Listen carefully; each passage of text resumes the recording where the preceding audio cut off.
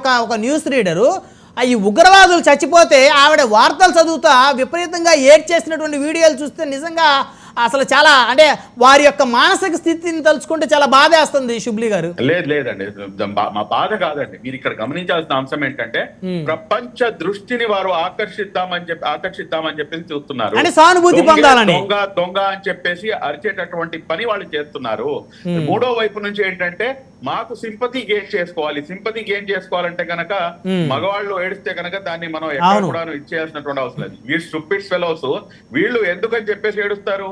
వీళ్ళు ఏడవట్లేదండి, అది కూడా ఒక నాటకమే. చాలా స్పష్టంగా ఈ రోజున భారతదేశం పై చేయి సాధించింది. మూడు అంశాలు మీరు ఇక్కడ గమనిస్తే కనుక ఏదైతే ఇంటిగ్రేటెడ్ కమాండ్ సిస్టమ్ ఉందో దాని ద్వారా S-400 అంటారండి, దాని ద్వారా ఏదైతే వాళ్ళు అటాక్ చేద్దామని చెప్పేసి ప్రయత్నం చేశారో 2 సార్లు టార్గెట్ పై వాళ్ళు ఇచ్చేద్దామని చెప్పి చూస్తే 2 సార్లు కూడాను వాళ్ళు ఫెయిల్ అయ్యారండి, కంప్లీట్ గా ఫెయిల్ అయ్యారు. కానీ మన ఇండియన్ ఆర్మీ మట్టుకు చాలా స్పష్టంగా మనం సక్సెస్ సాధించాము. ఎంత బ్రహ్మాండంగా సక్సెస్ సాధించామనేది మనం అందరం కూడాను ఇక్కడ మనకి చాలా స్పష్టంగా, ఒకసారి కాదు 2 సార్లు సక్సెస్ సాధించాం మేము. దాని తర్వాత ఇండియా అదే విధంగా రియాక్ట్ అయ్యి దానికన్నా ఇంకా కొంచెం ముందుకు వెళ్ళి వాళ్ళు మన ఎయిర్ డిఫెన్స్ సిస్టమ్ ని వాళ్ళు అటాక్ చేద్దామని చెప్పేసి ప్రయత్నం చేశారు. కానీ అక్కడ కూడాను వాళ్ళు విఫలమయ్యారు. కానీ లాహోర్ లో ఉన్నటువంటి ఎయిర్ డిఫెన్స్ వ్యవస్థ పూర్తిగా ధ్వంసం చేసి తునాతునకలు చేసినటువంటి పరిస్థితి. కాబట్టి ఇది రెండో అంశం అండి. రెండో అంశంలో కూడాను మేము పై చేయి సాధించాము.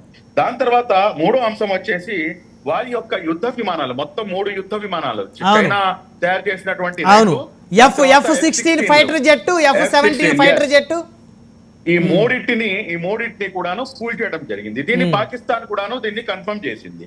లాస్ట్ బట్ నాట్ లీస్ట్ 4వది, ఈ 3 యుద్ధ విమానాల్లో ఉన్నటువంటి ఒక పైలట్, ఎవరైతే పాకిస్తాన్ పైలట్ ఆ యుద్ధ విమానం నడుపుతున్నారో అతన్ని సజీవంగా పట్టుకోవడం జరిగింది. కాబట్టి ఈ 4 అంశాలు చూసుకుంటే కనుక చాలా స్పష్టంగా, చాలా క్లియర్ గా భారతదేశం పై చేయి సాధించింది.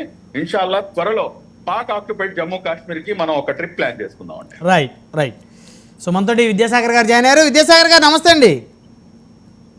నమస్కారం బ్రహ్మనాయుడు గారు.